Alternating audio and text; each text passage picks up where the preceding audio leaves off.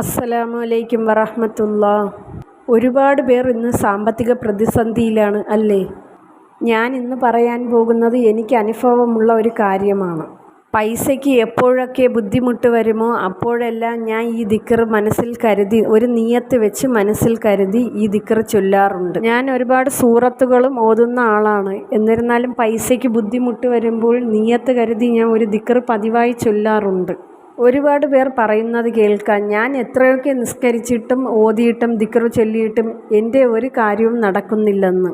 നമ്മൾ എങ്ങനെയെങ്കിലും നിസ്കരിച്ചിട്ടോ ഓതിയിട്ടോ അല്ലെങ്കിൽ ദിക്ർ ചൊല്ലിയിട്ടോ ഒരു കാര്യവുമില്ല. അയ്യോ, ഞാൻ നിയ്യത്ത് വെച്ച് ഇത്രയും ഓതിയിട്ട് എൻ്റെ കാര്യം എന്തേ മാത്രം നടക്കാത്തത് എന്ന് പറയുന്നവരുണ്ട്. അവരോട് എനിക്ക് ഒരു കാര്യം മാത്രമേ പറയാനുള്ളൂ. നാം തിന്മയിൽ നിന്ന് അകന്ന് നിൽക്കണം. പരദൂഷണം പറയാനോ അത് കേൾക്കാനോ അതുപോലെ തന്നെയാണ് മറ്റുള്ളവരെ ദ്രോഹിക്കാനോ പാടില്ല. നമ്മുടെ മനസ്സാണ് അള്ളാഹു നോക്കുന്നത്. ചില ആൾക്കാരുണ്ട് മറ്റുള്ളവരെ ദ്രോഹിക്കുകയും പരദൂഷണം പറഞ്ഞു നടക്കുകയും ചെയ്യുന്നവർ.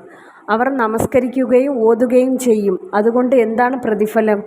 നമ്മുടെ വേദനകൾ അള്ളാഹുവിനോട് മാത്രം പറയുക.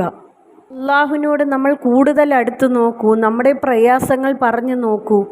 രാത്രിയിൽ എല്ലാവരും ഉറങ്ങുന്ന നേരത്ത് തഹജ്ജുദ് നമസ്കരിച്ച് നോക്കൂ. തീർച്ചയാണ് അള്ളാഹു നമ്മളെ കൈവിടുകയില്ല.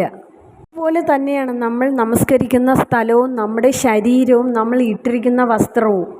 ശരീരവും വസ്ത്രവും നല്ല വൃത്തിയുള്ളതായിരിക്കണം. ഇത്രയും വിശദീകരിച്ച് പറയുവാൻ കാരണം, ഞാൻ പറയുന്ന സൂറത്തുകളും ദിക്റും ചൊല്ലുമ്പോൾ അതിനൊരു ഫലം വേണം. അല്ലെങ്കിൽ എങ്ങനെയെങ്കിലും നമ്മൾ ഓതിയിട്ടും നിസ്കരിച്ചിട്ടും ദിക്ർ ചൊല്ലിയിട്ടും ഒരു കാര്യവുമില്ല. ദിക്ർ എന്നറിയണ്ടേ? യാ ഫത്താഹു യാ റസാഖു യാ കരീമു യാ വഹാബ് എന്ന ദിക്റാണ്.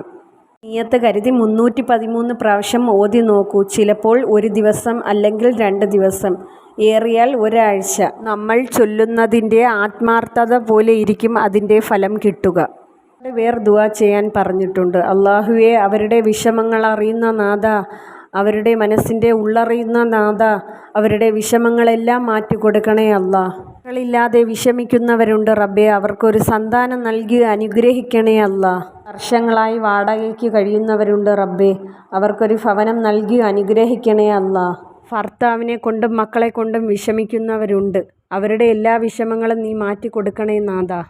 അല്ലാഹുവേ, നമ്മുടെ കൂട്ടത്തിലുള്ള ഒരുപാട് പേർ ഇന്ന് ഖബറിലാണ് നാഥ. അവരുടെ ഖബറിടം നീ വിശാലമാക്കി കൊടുക്കണേ നാഥ. നാളെ അവരെയും നമ്മയും ജന്നാത്തുൽ ഫിർദൗസിൽ ഒത്തൊരുമിപ്പിക്കണേ നാഥ. അപകട മരണങ്ങളിൽ നിന്നും മാറാ രോഗങ്ങളിൽ നിന്നും കാക്കണേ നാഥ. നിങ്ങളുടെ ദുആയിൽ എന്നെയും കൂടി ഉൾപ്പെടുത്തണേ. ആമീൻ യാ റബ്ബൽ ആലമീൻ.